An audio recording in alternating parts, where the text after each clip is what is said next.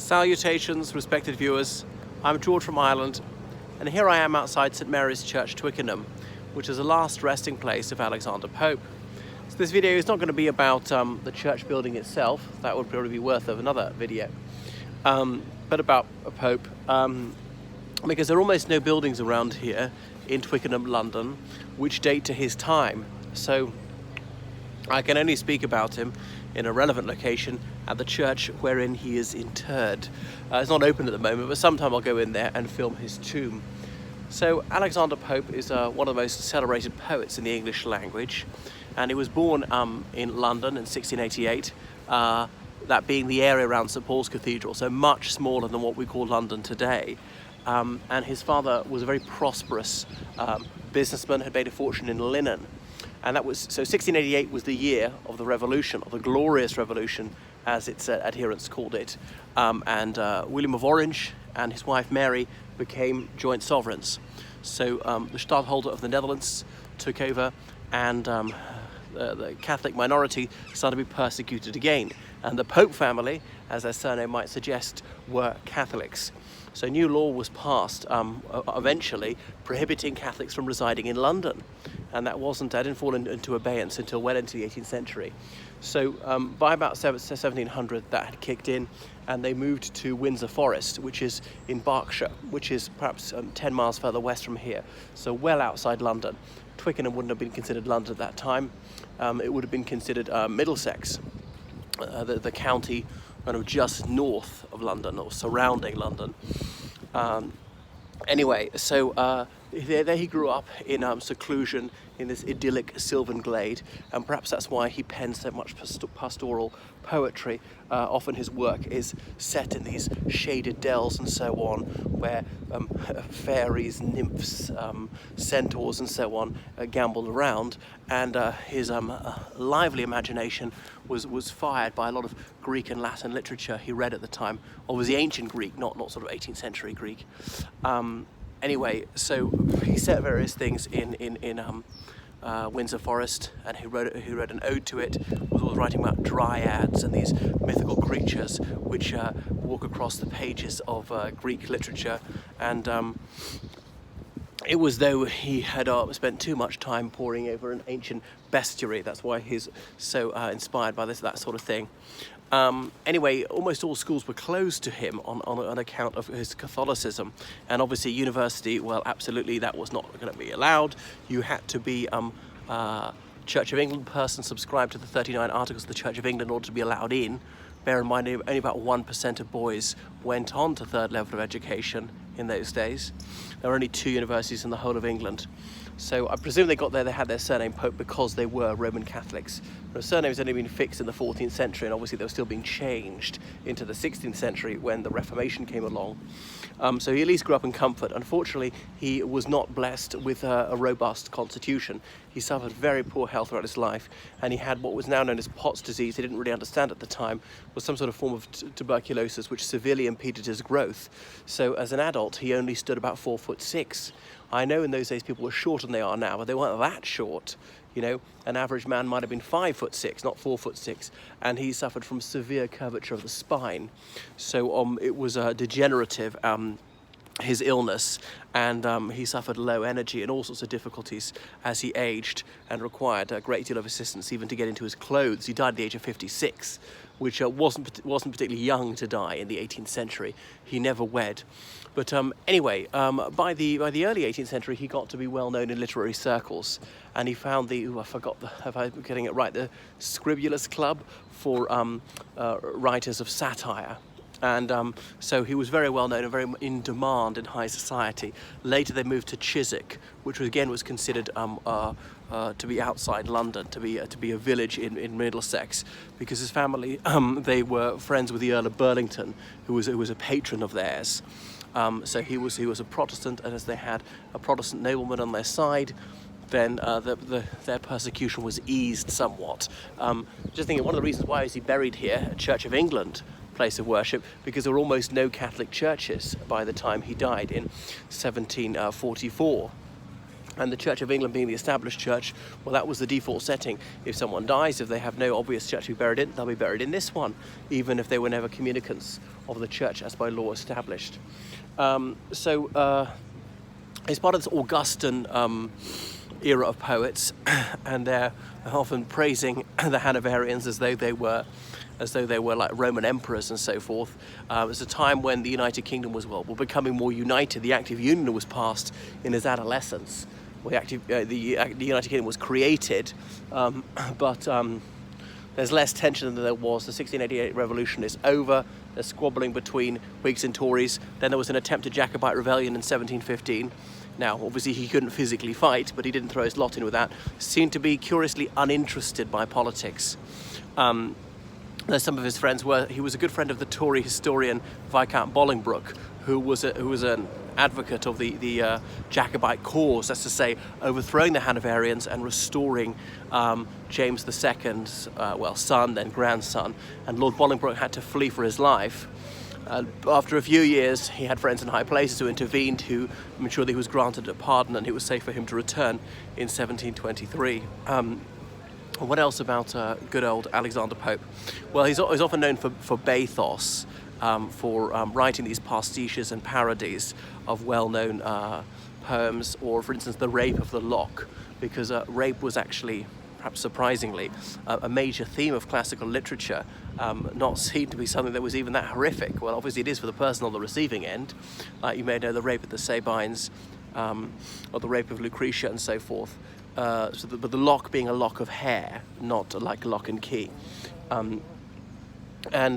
He often wrote these philosophical essays in verse. His essay on man, saying, I can't remember quite how it goes, say, presume not God to scan, the study of mankind is man, or is it the proper study of mankind is man? Well, he also wrote that to err is human, to forgive divine.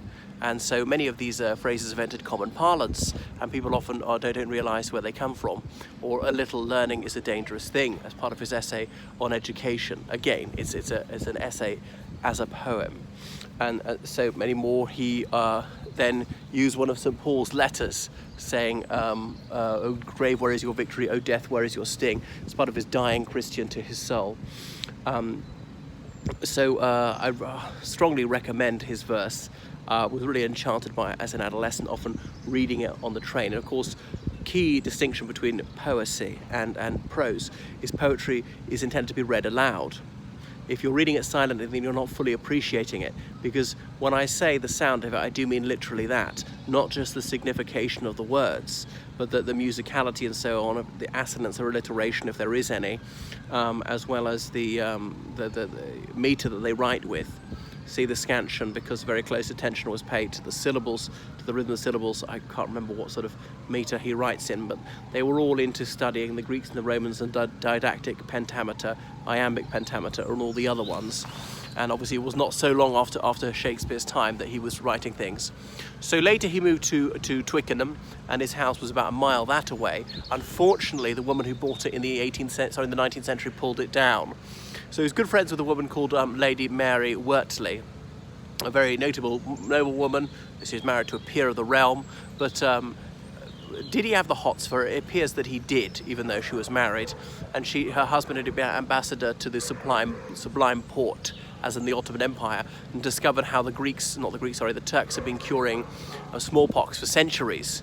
I think they got it off the Circassians and tried to bring it back here, but it wasn't until right at the end of the 18th century that Dr. Jenner got people to do it. So it's a breakthrough that the Britons like to claim for themselves, but Britishers didn't actually come up with how to do it. And smallpox exists only in 2 laboratories, one in Moscow and one in Washington, just in case a similar disease breaks out. How do we tackle it? Maybe useful to study this. It's a matter of contention. Should it actually be destroyed just in case it ever leaks out of the lab, or should it be kept just in case it's useful to examine in case a similar disease spreads? We don't want a pandemic like that again. Anyhow, he knew the Countess of Suffolk, who was the mistress of George II, again, who lived close by, that away, about half a mile that away, in Marble House. So he was very popular with high society. There was Q close by, Kew Gardens, and there's a small royal house there. Then they can call it a palace. And indeed, he penned an inscription to go on the collar of the king's hound, saying, "I am His Majesty's dog at Kew. Pray, sir, whose dog are you?" So George II received him very warmly, despite the fact that Pope was a Catholic, and the Catholic minority was detested by some people, saying it was counterfeit Christianity, that the Pope was the whore of Babylon. It's difficult to understand the visceral hatred towards the Catholic minority here at that time, and the Catholic minority was small, like 1 or 2%. They were often wealthy, not because just attracted wealthy people, but because poor Catholics just simply couldn't afford to pay the fines, just couldn't survive really, and had to conform themselves to the churches by law established. It was simply the assumption that someone was an Anglican unless it was clear that they weren't. There were a few dissenters, as in Protestants outside the Church of England, like Presbyterians, Baptists and so forth. Methodism didn't exist till late in the 18th century, or Plymouth Brethren, anything like that. There were a few people belonging to the Religious Society of Friends. But Pope was someone who was generously blessed with charisma, who was a very affable sort, he had a very forward personality. It never appeared to occur to him that anyone might be displeased to see him. So despite being physically unprepossessing, he was willing to chat to people, and was full of self-assurance, and could handle himself well in any social situation. So he was a good friend of John Gay, who was a renowned playwright back then, who's all but forgotten these days. Dean Swift from Dublin came over to see him, stay with him regularly. Pope actually redesigned his own garden. That's why there's Pope's Grotto. That survives up the river. I might film that about a mile that away, but the house does not, unfortunately, been pulled down. And he was very close to Horace Walpole, as in the youngest son of the first Prime Minister, Sir Robert Walpole. Horace Walpole's real name was actually Horatio Walpole. You know, Horatio and the Bridge, all that. We're far more into classical learning back then. So he was a renowned littérateur, but considerably younger than Pope. I'm just thinking 20 years younger or so. But they had a bit of a literary collaboration, and his house was very close, like a quarter of a mile from Pope's place. That house survives, is now part of St Mary's University at Strawberry Hill. That's Horace Walpole's house, a film there as well. I'm just trying to think, well, his fame spread beyond these shores, and Jean-Marie Arouet decided that he ought to enter into a correspondence with him, written in French, because who would learn English? What's the point? They thought that almost nothing was learned in English. Is it written in English is worthwhile? It wasn't deserving of serious study. It was just merely a demotic language. So that remember, till the late 17th century, official documents were in Latin here. Although Parliament started debating in English, not that long before they debated in French, and really from Shakespeare on, that's when English literature really took off. I know there's Geoffrey Chaucer, but he was kind of an exception. All right. So the 16th century, there get to be quite a lot of plays and quite a lot of poetry in English, and then people were only writing a few academic books in Latin. But from the 18th century onwards, academic books started to be in Latin as well, started to be in English as well. So Pope and Voltaire, they corresponded in French, and then Voltaire even deigned to visit him. I don't think Alexander Pope ever left this island. So he entertained him in fine style. So he was looked after by servants, and indeed his nursemaid, well into adulthood, was helping him out. So that was Sir Alexander Pope, who never married, not the marrying type, wasn't terribly attractive physically, and died in 1744, as I said, but really well worth dipping into his many exquisite verses. Now, he never worked in his life, so I suppose he had plenty of time to be writing these things and reworking them, but they really are flawless. They're just incredibly rich and rewarding to read. So I think you derive the same sort of aesthetic pleasure from reading his verses aloud as you might get from listening to a magnificent piece of music or studying a splendid oil painting, something of that nature. So that is Alexander Pope, really a genius. What a loss to the world. Of course, he couldn't live forever, but fortunately he has achieved literary immortality, and hard to think that such a peerless brain lies mouldering over there and is now mere dust. But as we know, verba scripta manet. So please support me on PayPal, georgecallahan79@gmail.com, or indeed on Patreon, and then book me for guided tours of London or online lessons in English literature, English as a foreign language, French, history, geography, religious studies, politics, anything of that nature. I help people writing whatever documents, dissertations, editing things, translating from French, Spanish, German, Italian, Romanian and Russian. Okay, goodbye then.